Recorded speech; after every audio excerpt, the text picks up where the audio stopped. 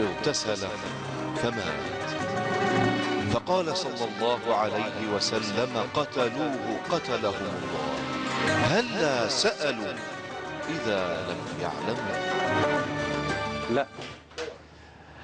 الحمد لله نحمده ونستعينه ونستغفره ونتوب إليه ونعوذ بالله من شرور أنفسنا وسيئات أعمالنا، من يهده الله تعالى فلا مضل له ومن يضلل فلا هادي له، وأشهد أن لا إله إلا الله جل في علاه، وأشهد أن نبينا عبد الله ورسوله الداعي إلى رضوانه وهداه، صلى الله عليه وعلى آله وأصحابه وأعوانه وسلم تسليما كثيرا إلى يوم الدين. مشاهدينا الكرام، السلام عليكم ورحمة الله وبركاته. أسعد كثيرا بلقياكم في هذا العدد وفي هذه الحصة معكم في مجلس جديد من مجالس الفقه والإفتاء التي نلقاكم فيها عبر الجزائرية الخامسة قناة القرآن الكريم. معكم ومع صاحب الفضيلة الأستاذ ودكتور سعيد بويزري، الأستاذ المحاضر بكلية العلوم القانونية جامعة تيزي وزو وأمين المجلس العلمي بذات الولاية. في مطلع هذا اللقاء أرحب بك فضيلة الدكتور، أهلا وسهلا. الله يبارك فيك. حياك الله. حياك الله. نتشرف بلقائك مرة أخرى، ونتشرف كذلك بالاستماع والإنصات لانشغالات وأسئلة الإخوة والأخوات، والتي نتلقاها بحول الله وقوته بعد بيان موضوع هذا اللقاء على أرقامنا الهاتفية 021 39 42 42 أو 021 39 43 43، وها هي ذا تظهر أدنى الشاشة. مشاهدينا الكرام، لقد جعل الله الليل والنهار خلفة يتبع بعضهما بعضا ويخلف أحدهما الآخر ليكون في كل واحد من صاحبه وسابقه مستعتب، فمن عجز عن السابق عمل في اللاحق.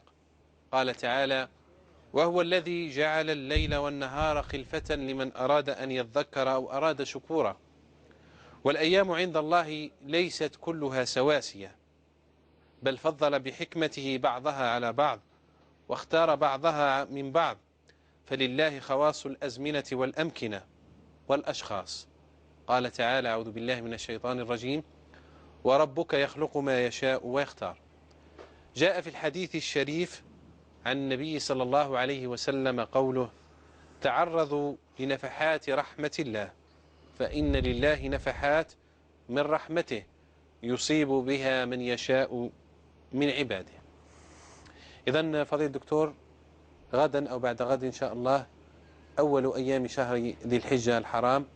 هذه الأيام العشر جاءت مليئة بجملة من النفحات ومواسم الطاعة، لعل أعظمها وأرفعها عند الله سبحانه وتعالى هو يوم النحر الأكبر، ولا يقل عنها عظمة يوم عرفة وغيرها من هذه الأيام التي هي أحب إلى الله تعالى، العمل فيها أحب إلى الله مما سواه.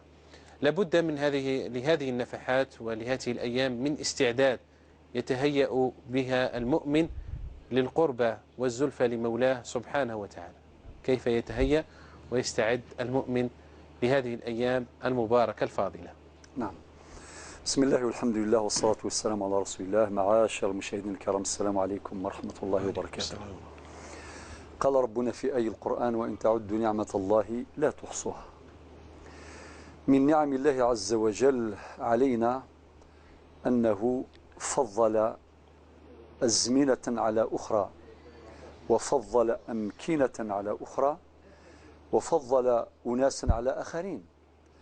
فيكفي أن نتذكر هذه الأيام المباركات العشر الأوائل من ذي الحجة العامرة بالنفحات الإلهية المليئة بالعطاءات الربانية.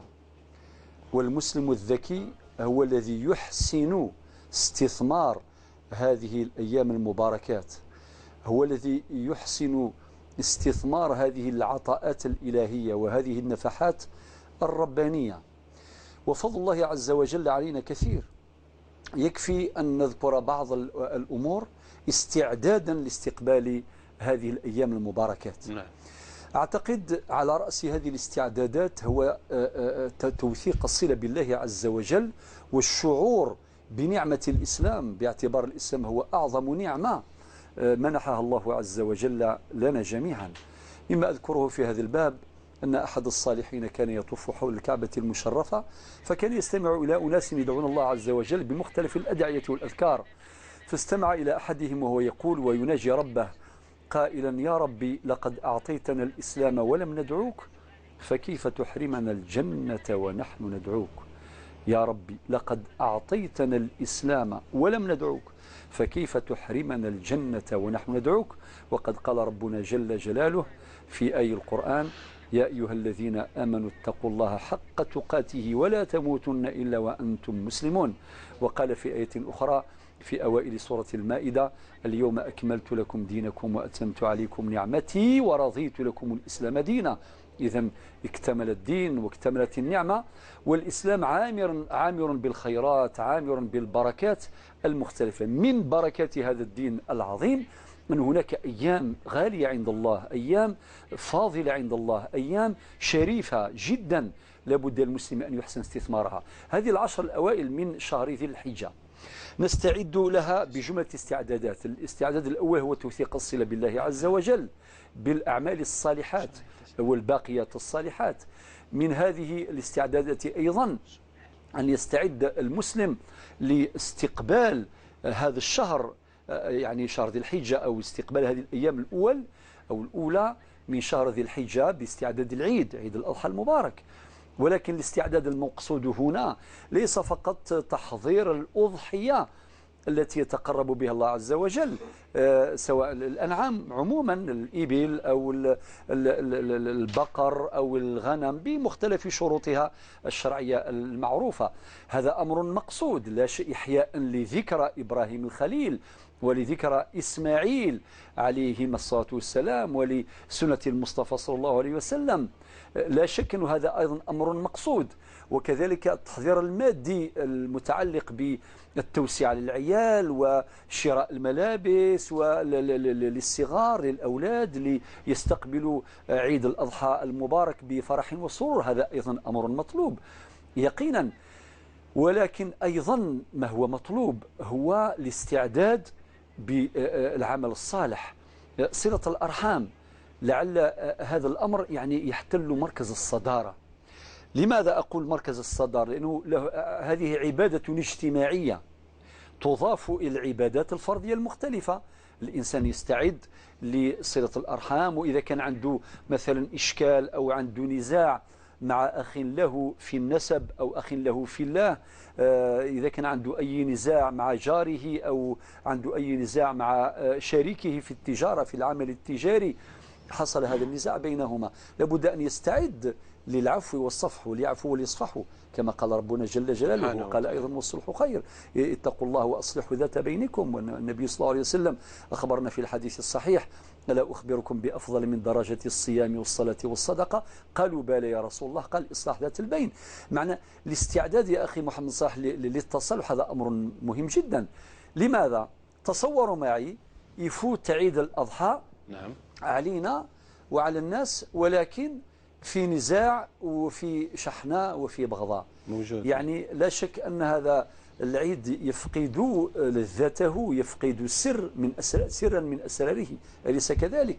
إذا كان حضرنا كل شيء، التحضير المادي، الألبسة والأضحيات، كل شيء موجود متوفر، ولكن النفوس يعني متشاحنة والقلوب متباغضة، يعني كيف يمر علينا هذا العيد؟ يمر كئيبا حزينا علينا. لذلك لابد أن يكون استعداد. علاش نقول هذا الكلام؟ ما نخليوش هذاك الصلح يتم يوم العيد أو يوم التغافر، الناس كيكونوا في الجامعة والإمام يذكر الناس بالتصالح والتسامح والتغافر، فيقبل هذا على ذاك ويتسالموا جميعا ويتغافروا جميعا. ولكن بعد ذلك قد تعود الأمور إلى ما كانت عليه سابقا. ولكن المطلوب الاستعداد من الآن، والبدار المبادرة بالتصالح والتسامح. لماذا؟ باش الإنسان كيتصالح قبل يوم العيد، يعني يوم الحج الأكبر، فعلا يكون مستعدا ليعيش تلك النفحات، ليعيش تلك السعادة اللي يعطيها ربي سبحانه عز وجل في هذا اليوم المبارك اللي يسميه يوم الحج الأكبر. طيب، أمر آخر الصيام هذه الأيام أيضا يعني أمر مستحب وصاحبه مأجور جدا. وإذا استعد للصيام في هذه الأيام المباركات تمهيدا لصيام يوم عرفة، حيث بشر النبي صلى الله عليه وسلم بمغفرة من الله عز وجل لسنة سابقة وسنة لاحقة. لعل الإنسان لا يحظى بيوم آخر يعني بعد هذه السنة، يعني هذا استثمار جيد. نعم. يعني بلغة الاقتصاد مشروع استثماري ناجح. واحد يصوم نهار برك، يصوم يوم عرفة، واللي قال فيه النبي عليه الصلاة والسلام بالنسبة للحجاج: الحج عرفة، فهو ركن ركين أساس من أسس الحج. أقول يكفي أنه يحقق هذا المقصد، ينال ساعات قليلة. نعم. ساعات قليلة يمتنع فيها المرء عن الطعام والشراب. يمتنع عن الطعام والشراب. نعم. ويحظى بأجر كبير وثواب عظيم وبمغفرة لسنة سابقة ولسنة لاحقة. كم من إنسان يحرم للأسف الشيء، لذلك لابد الاستعداد من الآن، فصيام هذه الأيام الأول تمهيدا لصيام يوم عرفة. نعم. وكذلك الإكثار من الذكر. ربنا يقول في آية القرآن: يا أيها الذين آمنوا اذكروا الله ذكرا كثيرا وسبحوه. للأسف كثير من يفرط في هذا اليوم. نعم. نعم. نجد نعم. الكثير من يتساهل، يعني وإن كان الأمر يعني يدعو للثواب والفضل وليس للوجوب والإلزام، إلا أنه يفرط في تضييعه وعدم صومه. والحياة يا أخي محمد صلى الحياة فرص. نعم. ليس كذلك؟ في عالم التجارة التجار يعني يترصدون الفرص، أليس كذلك؟ أكيد. ممكن يعني إذا ضاعت منه فرصة ربح معينة قد يأس في موسم من المواسم. نعم. ولكن هذا موسم عظيم، يوم مبارك، وهذه الأيام المباركات لن تعود إلا العام القادم إن شاء الله وقدر. هي تعود ونحن قد لا نعيش، لا ندري. لذلك الإنسان المسلم يبدأ أن يكون ذكيا فيستثمر هذه الأيام في الذكر والتسبيح والإكثار من الله أكبر الله أكبر، يعني ألوان الأذكار التي وردت في السنة المطهرة.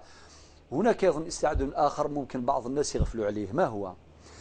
هل يمكن أن تتحقق سعادتنا يوم العيد إذا شفنا إخواننا وأقاربنا، شفنا الفقراء نعم. والمساكين والمظلومين والمرضى والمحزونين واللي يراهم الآن في دور العاجزة، بين قوسين دور الرحمة وغيرها؟ طبعا هذا أمر يعني الفرحة لا تكتمل. لكي تكتمل هذه الفرحة لابد أن نستعد أيضا من أجل من أجل توفير أسباب السعادة لهؤلاء، بالتفكير في هؤلاء المحتاجين، في هؤلاء المغبونين، في هؤلاء المرضى والفقراء.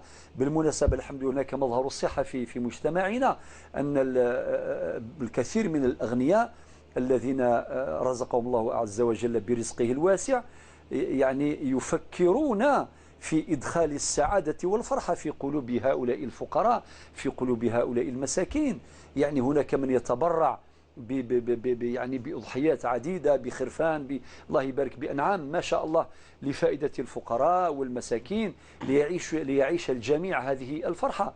نبينا صلى الله عليه وسلم حينما سئل عن أحب الناس إلى الله قال: أحب الناس إلى الله أنفعهم للناس. وحينما سئل أحب الأعمال إلى الله قال: أحب الأعمال إلى الله سرور تدخله على مسلم. فإذا كان كل مسلم حريصا على أن يدخل السعادة والفرحة في قلوب الآخرين، هذه السعادة الحقيقية، وهذا هو العيد الحقيقي. وهذا هو العيد السعيد. نسأل الله أن يبلغنا في هذه الأيام الفضل والثواب والأجر إن شاء الله لنا ولكم جميعا مشاهدينا الكرام. إذن على بركة الله نبدأ في استقبال الأسئلة والاتصالات على الأرقام الهاتفية التي ستظهر أدنى الشاشة، ونبدأ بما ورد إلينا من أسئلة. فضيلة الدكتور سعيد، أولها من أحمد سيشرع إن شاء الله تعالى في أداء فريضة الحج، ويسأل سؤالا عن إحدى واجبات الحج هو النزول بمزدلفة. يسأل: هل يجب المبيت بها؟ نعم. أخي أحمد، أسأل الله عز وجل أن يتقبل منك وأن يتقبل من جميع الحجاج الميامين، وأن يجعل جميعا يعني يجعل حجهم جميعا حجا مبرورا.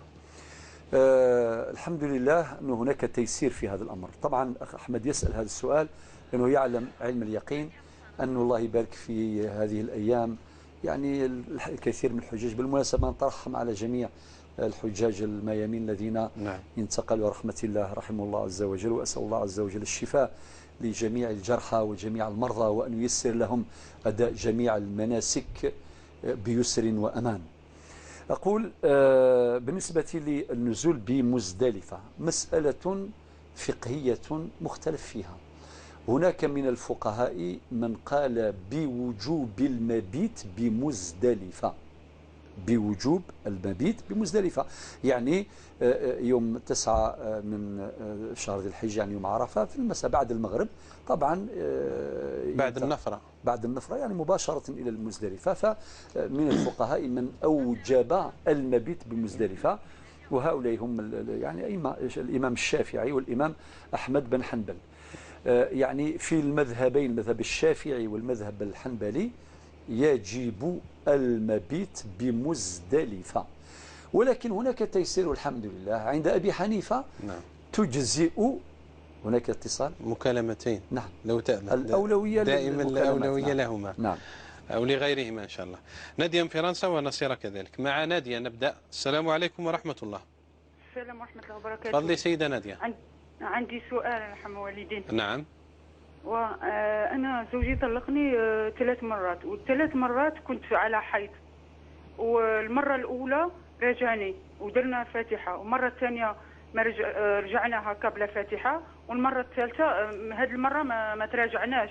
هل أنا مطلقة؟ حم والديكم وضحوا لي هذا الأمر. اسمحي لي، كي راجعك بالفاتحة شحال كانت بين الطلقة والفاتحة؟ وشحال كان وقت؟ أسبوع. وعلاه درتوا فاتحة؟ الإمام هو أنا كنت خايفة هكا، خاطر قال لي المرة الأولى قال لي أنت مطلقة بالثلاث، كنت خايفة.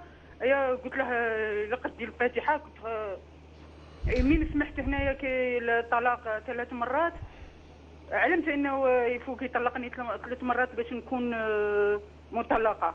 المهم هذه الطلقات الثلاثة متفرقات؟ وي متفرقة، واحدة في 2010، واحدة 6 اشهر موراها، وواحدة يا با لونتون في هذا رمضان اللي فات، وكنت كل مرة كنت على حيض. وجاكم الإمام هو اللي دار الجماعة بيناتكم؟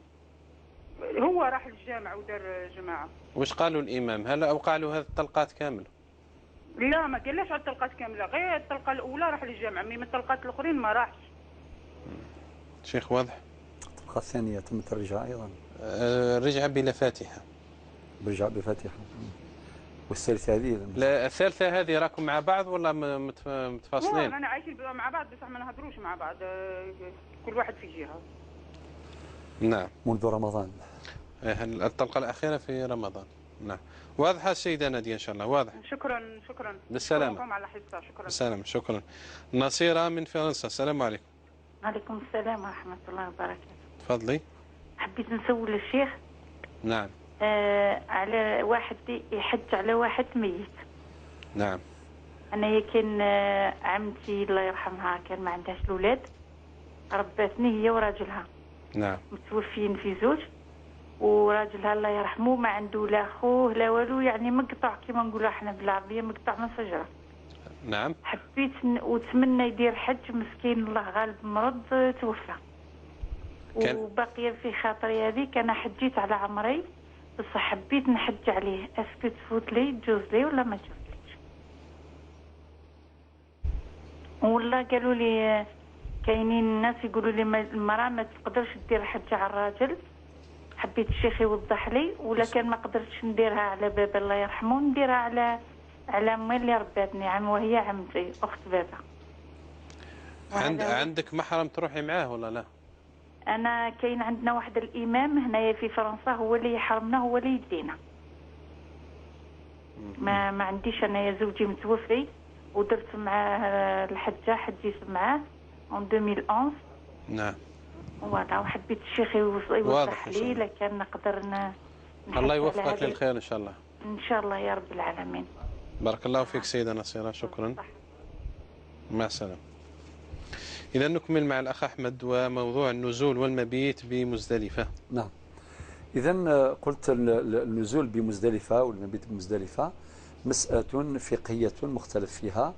الإمام أحمد والإمام الشافعي قال بوجوب المبيت بمزدلفة، ولكن في المسألة سعة إن شاء الله تعالى. عند أبي حنيفة يجزئ النزول ولو للحظة عند أبي حنيفة، ولكن عندنا عند المالكي عند الإمام مالك الذي يجزئ الواجب هو النزول بمزدلفة بقدر حط الرحال وصلاة المغرب والعشاء جمعا وقصرا، وكذلك يعني تناول شيء من الشراب والطعام.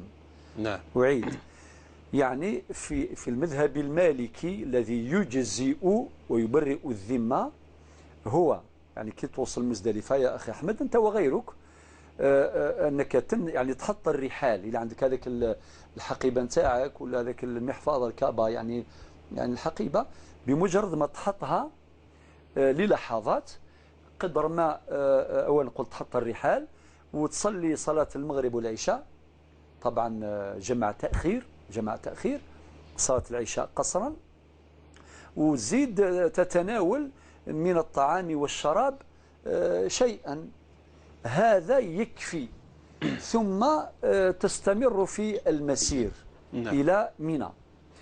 إذن هذا القدر يجزئ، ومن لم يفعل ذلك طبعا فهو آثم وعليه دم. هذا هو الحكم الفقهي. إذن أخي أحمد ستلاحظون الآتي: بعض الناس يصرون على المبيت بمزدلفة، يعني يعذروهم فهم هناك مكالمة من ورقلة. طبعا مرحبا. أم ياسمين، السلام عليكم ورحمة الله. معذرة فضيلة الشيخ. معلش. أم ياسمين. السلام عليكم. وعليكم السلام ورحمة الله. أخي تعيش بغيت نسأل زوج أسئلة. ارفعي صوتك لا نسمع جيدا. حبيت نسأل زوج أسئلة بارك الله فيك. تفضلي يا أم ياسمين. أنا يعني حبيت نسأل على الصلاة، يعني نهار العرس تاعي، نهار اللي درنا العرس تاعي زعما كعارف، يعني النهار الأول رحنا يعني مع لاكوافير ومع كذا، أنا صليت يعني بصح راني دايرة بوستيش كما نقولوا، فهمتني؟ نعم. دايرة بوستيش، وثانيا اني ما قدرتش نشد الوضوء اليوم كامل، يعني قعدت نصلي بالتيمم. نعم. هذا السؤال الأول. السؤال الثاني، أنا والزوج تاعي عندنا ديون، وأنا وزعما الزوج نتاعي حب يضحي الأضحية، حب يضحي، ودايرين برنامج باش نسدوا هاد الديون، وعندنا ثاني نذر ثاني تاع ذبيحة.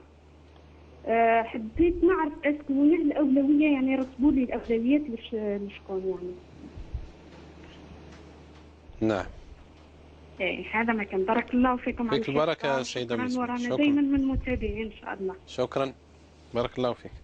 مختار من ولاية وهران. الو. نعم يا مختار. أهلا يا مختار. الله يعاونكم ولا يحفظكم ولا عبد الحاج. تفضل يا مختار. ولا يحفظ قاطها بالإذاعة، ولكم حيينا الحمد لله. خدمت واحد السؤال وما فهمتنيش مليح. على البنت اللي ولدت كانت غبانة في عام، راهي ولدت البنات جات امها وجاو روزوني ولم داو القش، بصح ما درت لا طوبه لا والو، وما حلف لها لا حرام لا والو، ما حلفش الحرام، هي قال لها خدات قشه وجات خارجه. فهمني؟ هذه المرأة دات قشها وخرجت؟ لا، بنتي دات قشه وخرجت، باسكو بوه و بنتي دات قشه وخرجت. نعم. طردوها من الشغله، طردوها، ومن بعد جاو رجول اللي قالت عام سابطوا ما عندها عام، البنات جات امها جات تروجي باش تديها. مختار لا نفهمك جيدا، نفضل لو نتواصل معك بعد الحصة. الله يحفظك. طردوها. لو نتواصل بعد الحصة يكون أفضل. إلى نادية من العاصمة ونجيب إن شاء الله. سيدة نادية تفضلي. السلام عليكم. وعليك السلام أختي. خويا معليش سؤال. نعم نسمع إلى سؤالك تفضلي. وي خويا أنايا عندي حاجة هنايا في شاكين فيا، أنايا صافي نسحروا كاع. هذا زوجك ولا من؟ ناس بيتي شاكين فيا بلي أنا سحارة، وأنا ما قدرتش كيف نوضح لهم ونقول لهم بلي أنا والله ما فيا هذا الشيء. صافي انا ياك شغل دوك انايا مانيش سامحت لهم، والله ما نسمح لهم. انا هذه اللي نحوس عليها نفهمها غدوه قدام ربي زعما يحاسبني ما نسمح ولا نسمح ولا نسى. عائلة الزوج هما اللي شاكين فيك؟ ايه نعم شاكين فيا، بصح انا والله العظيم ما فيا هذا الشيء. هو عندي سؤال واحد اخر. انا كنت عازبه وكنت مسلفه على واحد يخدم معنا، كنت مسلفه عليه دراهم. نعم. ومن بعد انا ذاك الوقت شغل وجدوني النص رجعته له، قلت له زعما هاك الاخر من بعد نزيد لك. هو قال لي لا زعما حتى من بعد ورجعيهم لي. وانا ياك شغل تزوجت وبعت وانا ما نعرفش ضربك اسكو راه مازال يخدم فما مازال ما يخدمش. دوك انايا راني باغيه نسقسي اسكو مازال يسالني هذا الشيء ولا زعما كي قال لي لا معليش حتى مره اخرى، ولا هذه اللي نحاول نفهمها. ولا كان ما صدتوش في ديك البلاصه وين نديهم، نحطهم ولا نصدقهم وخلاص ولا معليش. وبغيت نسقسيك حاجه واحده اخرى اخويا معليش. واضح ان شاء الله. دوك انا يا راجلي شغل لحقوا لي عليه هضره باللي زعما يزني. نعم. دوك انايا معليش نبقى معاه ولا زعما شاو الاخر تاعي، شاو الحل تاعي. واضح يا امادي واضح. معليش هيا صحيت. السلام عليكم. هذا هو سيدي صحيت. ربي يحفظكم ان شاء الله. شكرا. كريمه من الجلفه. اهلا يا كريمه. اهلا بك. تفضلي. نحاول نطرح سؤال الشيخ بويزري. تفضلي. انا عندي الله يرحمه ويخليه عندي مبلغ تاع دراهم. نعم. ومن بعد توفيت. ثم توفيت قلت انا عندي في المبلغ تاع دراهم اخواتي 5 وانا 6. نعم. الوقت انا ما حبيتش ما عرفتش كيفاش ندير به. الوقت نديروا لها صدقه جاريه نقسموا على خواتاتي. معلمين بهذا المبلغ ولا لا؟ عالمين به، كانت هي تحوس دير عمليه جراحيه. نعم. ومن بعد توفيت الله يرحمها. لا الورثه اخواتاتك عالمين بلي عندك المبلغ تاع يماك هذا؟ عالمين به باللي عندي، بس قالوا لي الله يسعدك انت خليته عندك الدرس كنتي مش حبيتي ديري به ديري به. يعني سمحوا لك فيه. سمحوا لك في هذا المبلغ. ايه. الورثه جميعا. ايه بس وقت انا قلت ندير لها صدقه جاريه مش عارفه ما عرفتش واش ندير لها. واضح يا كريمه واضح. رحمه الله على امك ان شاء الله. الشيخ البيزري تعطينا بتاعه. نعم. تبقى قائم مع الزملاء في عارضه الاخراج. شكرا. شيخ سعيد نواصل في الإجابة. نعم كنا مع الأخ أحمد. نعم. بسرعة الأخ أحمد ستلاحظ هناك في مزدلفة من يريد المبيت بمزدلفة عملا بما تقرر في الفقهين الحنبلي والفقه الشافعي، يقول لك وجوب المبيت بمزدلفة. ولكن تلاحظ آخرين الذين يعني يعملون أو يعني يتبعون المذهب الحنفي وفيه يسر والحمد لله. وكذلك بالنسبة للمالكية قلنا يجزئ حط الرحال وصلاة المغرب والعشاء وكذلك جمعا وقصرا، وكذلك يعني تناول شيء من الطعام والشراب. هذا القدر يجزئ فقط، ثم الاستمرار في المسير إلى منى. إذن في الأمر يسر يا أخي أحمد، لا يكلف الله نفسا إلا وسعها، واختلاف العلماء فيه رحمة واسعة والحمد لله. لعل الناس هناك يعني الحجاج سيلاحظون هذه التيسير، يعني أهمية هذه التيسيرات والتسهيلات هناك، خاصة مع الاكتظاظ الكبير الذي يحصل هناك، ومع كثرة الحجيج ومع التعب والإرهاق. ونسأل الله أن يتقبل ذلك يعني في ميزان حسناتهم جميعا. ولكن الدين يسر والحمد لله عز وجل. ربي قال يريد الله بكم اليسر ولا يريد بكم العسر. ودائما نكرر القاعدة الذهبية: اتفاق العلماء حجة قاطعة واختلاف العلماء رحمة واسعة. بارك الله فيك فضيلة الشيخ سعيد. أيضا فيما وردنا إلى البرنامج سائلة تقول أنها خرجت في يوم شديد الحر في رمضان وجعلت في عينيها قطرات تسببت في إجهاضها. هذه القطرات لما قرأت نشرية الدواء ورد فيها أن هذه القطرات العين تسبب الإجهاض. تسأل لما يعني تكلمت مع الطبيب أكد لها الأمر، والآن هي تسأل هل لها إثم فيما فعلت؟ نعم.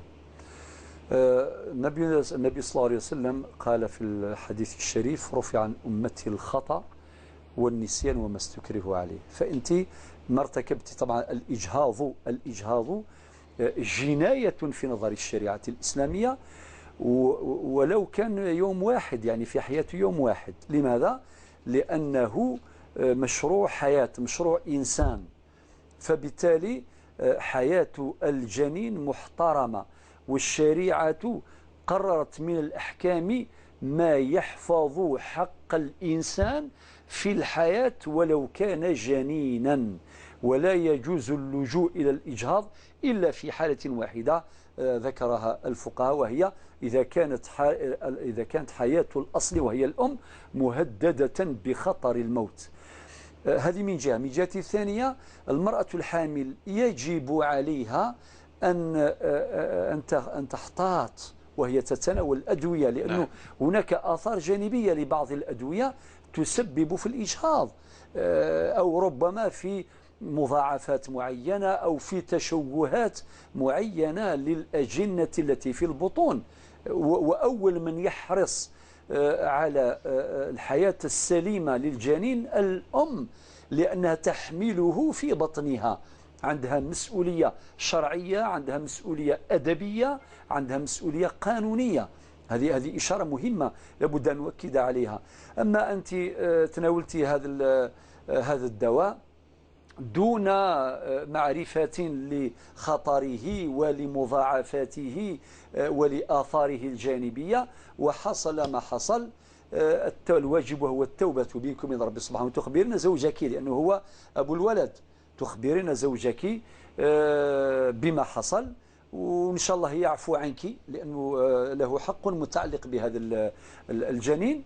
فإذا حصل ذلك العفو من الزوج بينك وبين الله عز وجل، تتوبين إلى الله سبحانه وتعالى وتكثرن من الطاعات ومن الصدقات بقدر الإمكان، ونسأل الله عز وجل لك العفو والصفح يا رب العالمين.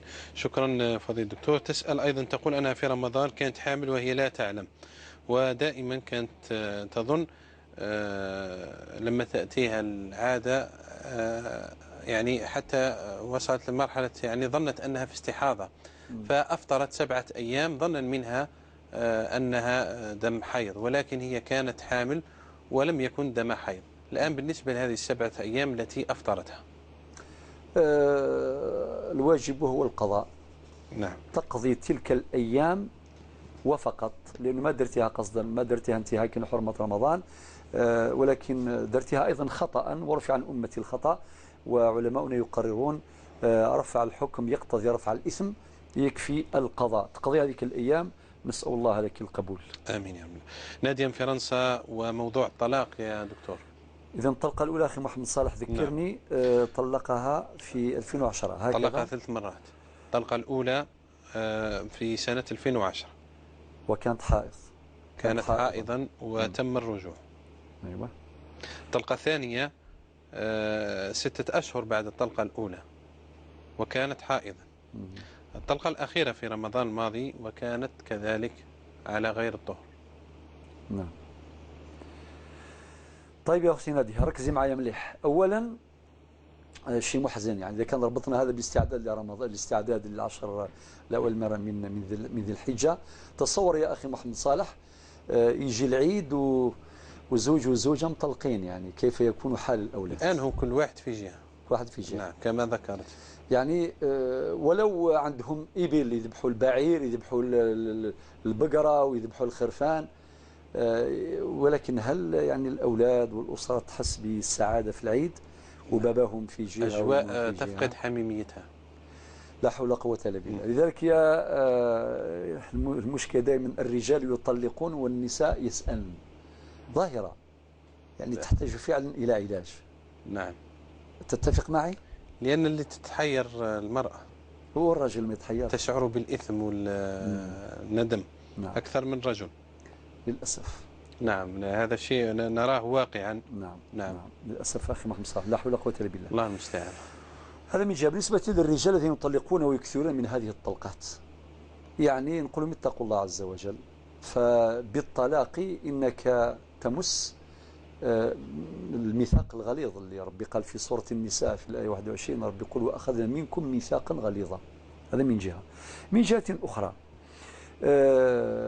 الطلاق الشرعي، الطلاق السني هو الذي يقع بطلقة واحدة وفي غير حيض ولا نفاس ولا مساس. إذن هذا هو الطلاق السني، ويقع بطلقة واحدة رجعية. هذا هو الطلاق السني المشروع، وطبعا على أن يكون هو آخر الحلول. ما هوش كي تكون أي مشكلة بسيطة بينه وبين زوجته مباشرة يصدر حكم الطلاق. وطبعا والطلاق شرعا يقع بلفظ اللافظ من ناحية الشرعية، وما بقي إلا الجانب القانوني اللي هو استصدار حكم من القضاء لتثبيت الطلاق الشرعي. أقول أنه هذا الطلاق لازم يكون سني في حالة وجود موجباته، ولكن الذي يطلق في الحيض هكذا دون أن يعني لا يهمه الأمر، لازم يدير في باله بأنه طلق طلاقا بدعيا. الطلاق الرجل لزوجته وهي حائض هذا طلاق بدعي، والمطلق آثم والطلاق واقع مع الإثم. يعني الإثم موجود والطلاق واقع. أكيد الأخت نادية الآن راهي زلزلت بهذا الجواب، وهذا هو الجواب الشرعي الفقهي العلمي. ولكن وأتحمل مسؤولية ما أقول، يعني نحن كما قلنا نحن أسرة واحدة في هذا المنبر، نتعاون على البر والتقوى كما قال ربنا جل جلاله. ولكن هناك بعض الرخص لا أجد حرجا في استدعائها حماية للأسرة. يعني هذه الرخصة تتمثل في إثم الطلاق، يعني المطلق طلاقا بدعيا، المطلق في فترة الحيض هذا آثم باتفاق الفقهاء سلفا وخلفا. ولكن بالنسبة لوقوع الطلاق جماهير العلماء قالوا بما ذكرناه الآن أن الطلاق يقع مرتبا لآثاره الشرعية مع الإثم، يعني المطلق آثم باتفاق. ولكن هناك رأي فقهي لابن تيمية يعني الله يرحمه، وكذلك لابن القيم الله يرحمه وغيرهم من الفقهاء الذين قالوا بعدم وقوع الطلاق البدعي. يعني طلاق الرجل للمرأة الزوجة في فترة الحيض لا يقع. يعني استدعي هذه الرخصة للأسباب الآتية الآن أذكرها. السبب الأول هو رقة الدين عند بعض الناس، فمن كان تدينه رقيقا، وهذا يعني يستلزم أو يؤدي إلى نتيجة أخرى اللي هو عدم الالتزام بأحكام الشريعة. ربي قال في سورة الجاثية في الآية رقم 18 ثم جعلناك على شريعة من الأمر فاتبعها ولا تتبع أهواء الذين لا يعلمون. يعني بعض الناس عندهم رقة الدين ورقة التدين، وكذلك عدم الالتزام بأحكام الشريعة. السبب الثالث هو الجهل بأحكام الشريعة. يعني بعض الناس يجهلون أحكام الشريعة تماما، خاصة في هذا المجال، يطلق وهو يجهل أحكام الشريعة. هذا أيضا هذا سبب يعني استشهد به واتكئ عليه لتبرير استدعاء هذه الفتوى أو هذه الرخصة. هذا الأمر الثالث. الأمر الرابع اللي يخلينا نأخذ بهذه الفتوى اللي هو الحفاظ على الأسرة. بمعنى إذا وجدت رخصة فقهية تحافظ على الأسرة اعملوا بها بيني وبين ربي سبحانه عز وجل حفاظا على الأسرة. والسبب الخامس، إذا لاحظت أو لاحظنا صدق النية في هذاك الإنسان أنه بغى يحافظ على أسرته، خاطر أنه علاش الفتوى تغير بتغير مستفتي، سأذكر هذا بعد حين. بمعنى، وطبعا الرخصة فردية وليست جماعية، حالة بحالة، ونسمي في الشريعة بفقه الحالة، بفقه الحالة كاباركا. تلقى حالة تعطي لها رخصة، حالة أخرى ما تعطيهاش رخصة. يعني ممكن هذا الشخص، يعني زوجك يا الأخت نادية، لو كان ما نلقاش عنده هذه النية وهذا الصدق وهذا الإصرار باش يحافظ عليك ويحافظ على أسرته، ما نعطي له هذه الرخصة. لماذا؟ لأنه بيني وبين ربي سبحانه أشعر أني آثم، أني نساعد باش كما قال الشاعر نمزق ديننا كيفاش يقولوا نمزق دنيانا بتشتيت البيت ذكرني به. نعم. الأبيات يعني اللي قبلها أذكرها، ولكن نوصل إلى البيت اللي نحب نقوله. فيما معناه. فيما معناه يعني نرقع دنيانا، وجدته الحمد لله. نرقع دنيانا بتمزيق ديننا، فلا ديننا يبقى ولا ما نرقع. نرقع دنيانا بتمزيق ديننا، فلا ديننا يبقى ولا ما نرقع.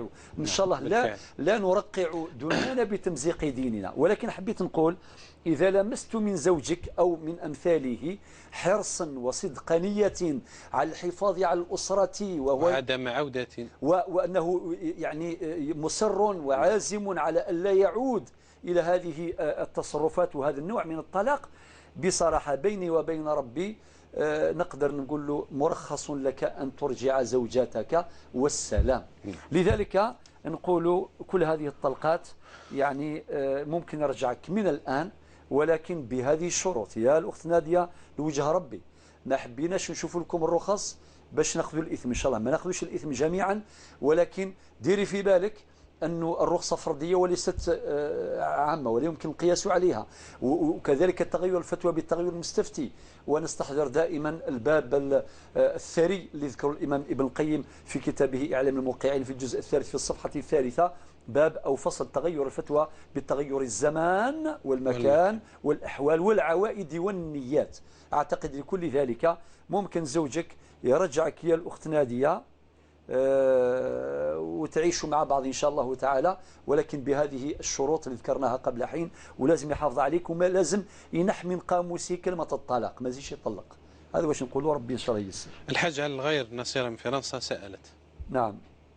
الحاج عن الغير عمتها وغيرها. نعم. يا أختي نصيرة، مادام أنت حجيتي، جبتي أنت حجة الفرض. نعم. الفرض نتاعك جبتيه في حياة زوجك الله يرحمه، والآن يجوز لك باش تحجي على من مات، باباك ولا كما قولي عمتك اللي رباتك ولا اللي ماتوا جميعا الله يرحمهم، يجوز لك باش تحجي عنهم ولو بغير وصية. طبعا هناك رأي فقهي آخر يقول بذلك، ولكن حنا إن شاء الله تعالى إذا لقينا رأي فقهي معتبر معتمد فيه تيسير نوسع على الناس، لأنه مش كل الناس يعني عنده وقت باش يدير الوصية هذه. ممكن أصلا يعني ما كانش في باله، عايش في ظروف الفقر والمحنة والميزيريا وكذا، يقول يا ربي الحق هذوك القوت نتاع أولاده ونتاع أحفاده وربما نتاع اليتامى اللي راه يربي فيهم وهكذا. فبالتالي دوك يجي واحد الآن وهو ميسر له يجوز باش يهدي له هذه الهدية،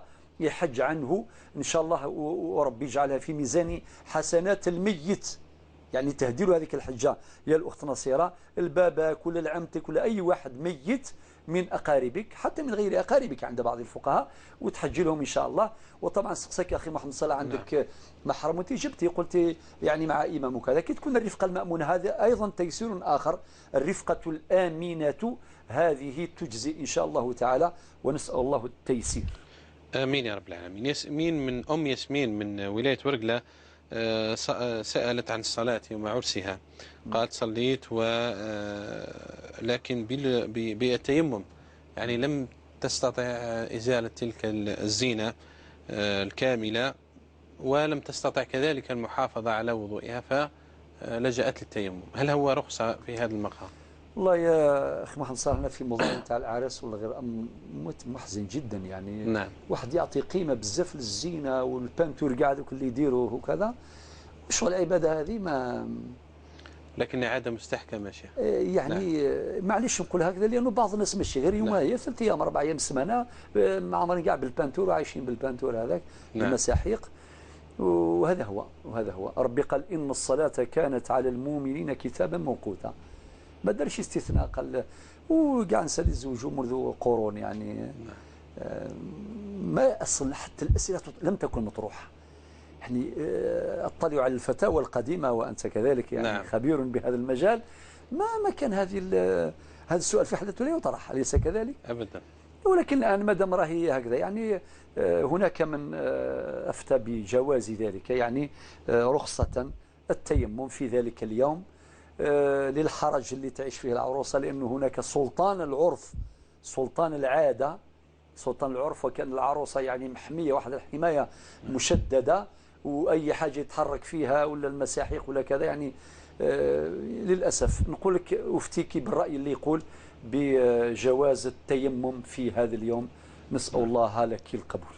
رخصة الجمع ألا تكون مخرج؟ نعم الجمع مخرج، ممكن الجمع بين الظهر والعصر، والجمع بين المغرب والعشاء. الجمع لحاجة. نعم الجمع لحاجة، والفقهاء يسموه الظهران معنى الظهر والعصر لاشتراكهم في الوقت، هذه رخصة. والعشاءان يعني بالنسبة للمغرب والعشاء، يعني كاين رخص أخرى، كاين طرق أخرى وكيفية أخرى أولى من هذا. وإذا اضطررت إلى هذا يرتب الأولوية، ترتب الأولويات. إذا اضطررت إلى هذا إن شاء الله فالحرج مرفوع، الحرج مرفوع. هذه قاعدة فقهية مستنبطة من آي القرآن ومن أحاديث المصطفى. ربما تتساءل هل عليها قضاء ذلك اليوم؟ لا ليس عليك قضاء. نعم. الآن سؤال ثاني. زوجة عندها ديون. نعم. قالت عندنا ديون، يريدون الأضحية، لهم قدرة على تسديد هذه الديون وعليهم كذلك نذر، فأيهما أولى في هذه الأمور كلها؟ نعم. إذا كان النذر درت له توقيت فالنذر أولى. نذروا أن إذا كان درت نذر أنه تكون ذبيحة ولا كذا قبل يعني مؤقتة بوقت، يعني مؤقتة بوقت. نعم. فإذا كان النذر ماهوش مؤقت بوقت يمكن تأخيره مع العزم على تنفيذه وأدائه. نعم. تبرئة للذمة. بالنسبة للأضحية، الأضحية طبعا سنة مؤكدة عند جماهير العلماء. نعم. والقادر عليها وإذا تركها فهو آثم. السنة عند جماهير العلماء، هناك من قال بالوجوب على طول يعني، ولكن عند جماهير العلماء هي سنة مؤكدة القادر عليها إذا تركها آثم. طيب، ولكن هذه الأيام المباركات يعني كل واحد عنده استعداد، هضرنا مع الاستعدادات. نعم. اللي عنده المال حاضر روح يشري، الله يبارك. اللي ما عندوش أصلا ليس واجبا عليه، خلاص يعني ذمته بريئة، ما قدرش يشتري الأضحية، ما يستطيع، إذن هو ليس آثما. ولكن اللي قدر باش يقترض مالا لشراء الأضحية، كبش ولا يعني أي شيء يعني من الأنعام التي طبعا من الأنعام التي هي مباحة طبعا تصح أضحيتها، أقول القادر على الاقتراض ولكن عنده قدرة على التسديد، يعني عنده مصدر مالي يكفي للتسديد بلا حرج، هذا أمر جائز، بمعنى حتى ما تملكش يعني بالمقدار أو المبلغ الكامل لشراء الأضحية، ما عندكش مبلغ كامل، مثلا هو يسوى 4 ملايين، أنت ما تقدرش توفر 4 ملايين، ولكن تقترضها من أي إنسان وتروح تشري أضحية العيد. فإذا كان عندكم قدرة على التسديد على أقساط يعني في مستقبل الأيام فهذا أمر جائز والحرج مرفوع. بارك الله فيك. معنا أم يوسف من ولاية بومردة. السلام عليكم أم يوسف. الو، وعليكم السلام ورحمة الله. تفضلي يا سيدة، تفضلي. شكرا. حبيت نسأل سؤال، نقولوا هل صيام يوم عرفة يمحي صحيح الذنوب سنة من قبل سنة من وراء؟ هل الذنوب صغيرة ولا حتى الكبائر كما النميمة؟ نعم. والسؤال الثاني عندي، رمضان ما صمتوش تاع العام اللي فات، ما رديتش الدين تاعي. نعم. ياك، وما رديتش الدين تاعي، هل يبقى رمضان تاع العام اللي فات هل يبقى معلق ما يوصليش حتى كي نغرمو؟ نعم. ولا يوصل له وهل لازم عليا نخرج ولا أي شيء نديرو ما على بالي؟ وانت علاه اخرتي القضاء؟ تهاونتي؟ تهاونت أخشى الله. نعم. هذا هو السؤال وبارك الله فيكم. شكرا يا أم يوسف. مع السلامة. آسيا من ولاية المسيلة. نعم يا آسيا. وعليكم السلام ورحمة الله. حبيت نسقسي من الشيخ برك في رمضان أنا كنت توحم. نعم. ومن بعد سما نتقيا بزاف. اسكو هذوك الايامات اللي تقيت نعاودهم ولا لا؟ ما فطرتش. تتقيئي من نفسك ولا تتعمدي القيء؟ نتقيا من اللحم. يعني من نفسك؟ ايه نقولوا كي نتوحم نتقيا هكذا. واضح ان شاء الله. شكرا. عفوا. شكرا لآسيا من المسيلة. إذا نواصل فضيل الدكتور. أم ياسمين. أم ياسمين من ورقلة. إذا بقي الدين والأضحية. إذا نعم. في الترتيب كيف يكون؟ قلت إذا كان النذر مؤقت بوقت يعني فهو الأولى باش تبقي فيه تبرئة للذمة، وإذا كان ماهوش مؤقت بوقت معين الأولى هو الأضحية. نعم. لأنه هذا واجب الوقت يعني تضحي بالأضحية في هذا اليوم الحج الأكبر يعني يوم العيد الأضحى المبارك. نعم. وقلت يجوز اقتراض المبلغ الكافي لشراء الأضحية مع القدرة على تسديده يعني مستقبلا. فإذا كان ما عندكمش قدرة فليس واجبا عليكم باش تديروا هذه الأضحية. بارك الله فيك. مختار وعدنا نتواصل معه. قال ابنتي أخذت متاعها وخرجت طردوها. ابنته هو قال ابنتي هكذا. نعم. يعني أخذت متاعها وخرجت طردوها. هذا واش كتبت يعني؟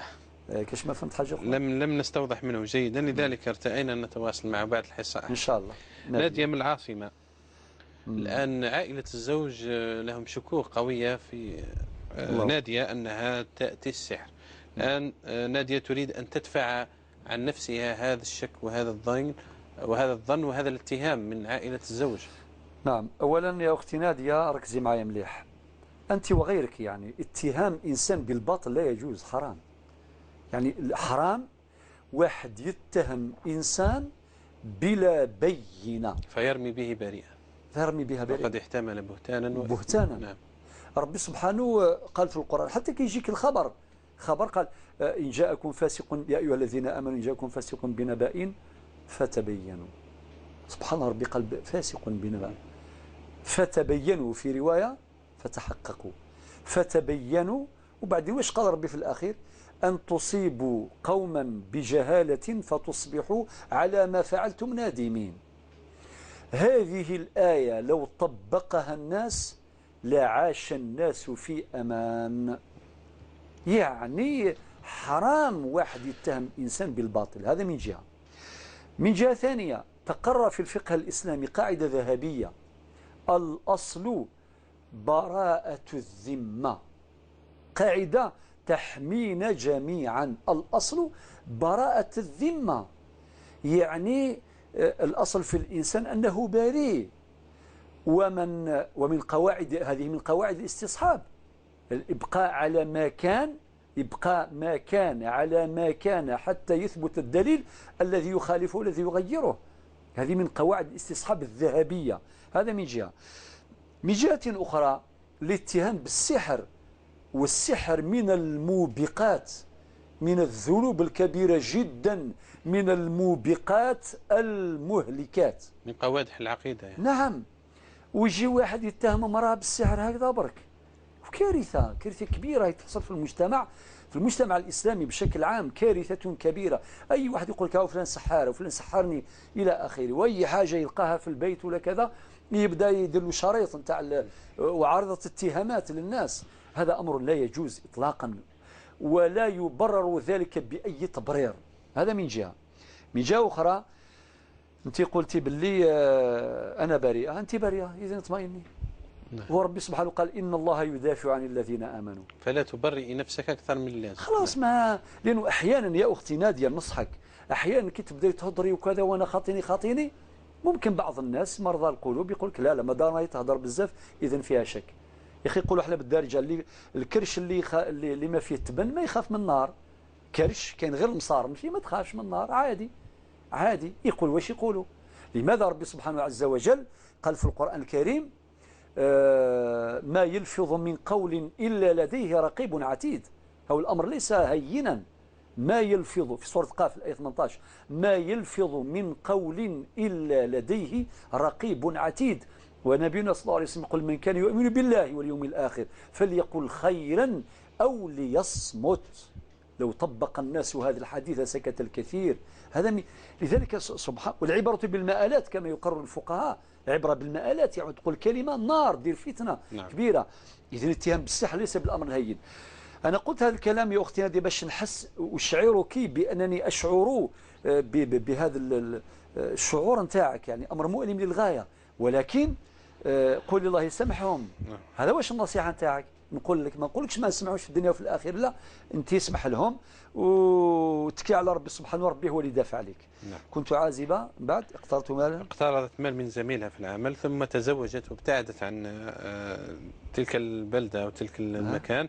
فهل هي قالت كلما نسدد هذا الدين يقول لها لا تركيه إلى حين؟ يبدو أنها سددت نصف المبلغ، يبدو هكذا كتبت عندي. لا المهم إذا أنت سددت نصف المبلغ وبقي نصف الآخر. قالت أعطيته النصف ولكن رجعوا. نعم. طيب إذا كان هو قال لك بعد العبرة شو، إذا كان قال لك سماح الله يبارك. نعم. أما إذا قال لك يعني تأجيل فقط، يعني ما حبش يضيق عليك ويوسع عليك، لا، ذمتك مشغولة بهذا الدين.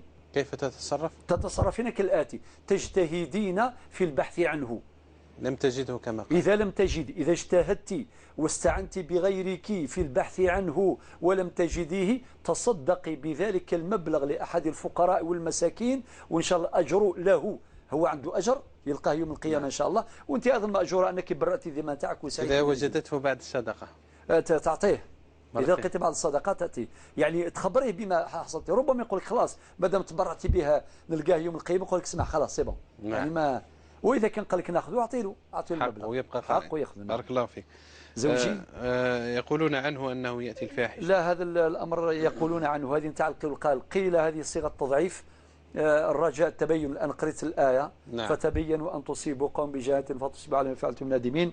وإذا كان واحد لاحظتي فيه سلوكات معينة ادعي له ونصحيه واديه النصيحة كما قال النبي صلى الله عليه وسلم، وربي يهديه ويهدينا جميعا. كريمة من الجلفة تقول أن الوالدة رحمة الله عليها تركت عندها مبلغ من المال ثم ماتت. الآن أخواتها سمحوا لها في هذا المبلغ من المال، يبدو أنهم ورثة. نعم. فقط بلا ضغط ولا إكراه. تقولي هذا المبلغ لازم تمكنين الأخوات من هذا المبلغ لأنه ميراث، والميراث يوزع طبقا للفريضة الشرعية هكذا. وبعدين إذا حبيتي تقترحين ما كاينش حرج، وإذا رضى الجميع، رضي الجميع، جميع الورثة أخوات ولا ربما في إخوة، هي قد 5 أخوات وأنا السادسة، إذا كان غير الأخوات تجتمعوا، فإذا اتفقتن اتفاقا كاملا على تخصيص، على يعني تقديم هذا المبلغ يعني الفقراء والمساكين، ولا ديروا صدقة جارية للوالدة بالاتفاق بغير إكراه من إحداكن، فهذا أمر جائز. ولكن الأصل هو توزيع هذا المبلغ طبقا للفرض الشرعية، وإذا رضي الجميع تجوز الصدقة الجارية. أم يوسف من برداس، هل صحيح أن صيام يوم عرفة يكفر الذنوب؟ وهل الكبائر تدخل في التكفير؟ إن شاء الله يدخل فيها الصغائر والكبائر. أفتي بهذا الرأي، ما لا نضيق واسعا إن شاء الله. نعم. رمضان الماضي لم تقضي ما عليها من دين الصيام، فهل يبقى معلقا وماذا عليها؟ لا، رمضان الماضي ما يبقى معلق، ولكن أنت مادام اعترفتي، والاعتراف السيد والأدلة، قلت تهاونا إذا تقضي الأيام اللي ما صمتهاش في رمضان لما قبل الماضي، وهكذا، ومع فدية التأخير. آسيا، هل في قيئها شيء؟ لا، لما كانت بالوحم. إذا كان لك محمد صالح ما دام ماشي تيقيتي لم تتعمدي يعني، فبالتالي ما لو تعمدتي خلاص لازم القضاء. أما إذا كان خرج واحد هذاك القي بسبب هذا الوحم اللي عندك فلا حرج. إذا كان دخلك رجعتي خلاص قضيه، وإذا كان ما رجعتيش وتيقنتي من ذلك فلا شيء عليك. وإذا كان شكيتي فادفعي الشك، إزالة الشك باليقين. دقيقة واحدة تبقى من عمر هذا البرنامج، نأتي على النهاية. قولها 60 باش تكون أكبر يعني. 60 ثانية. إذا مشاهدينا الكرام، شكرا على التواصل والتفاعل مع برنامج هلا سألوا. أيضا شكرا لإخواني وأخواتي القائمين والقائمات على هذا البرنامج. نترككم بإذن الله. لا ننسى الأخ فيصل في لغة الإشارة، إخواننا المصورين والتقنيين ومن كانوا على عارضة الإخراج.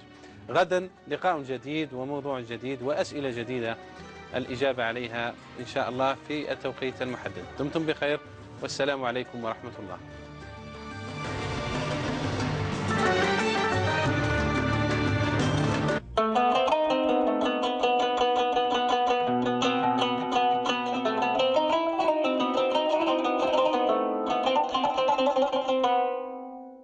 عن أبي سعيد الخدري رضي الله عنه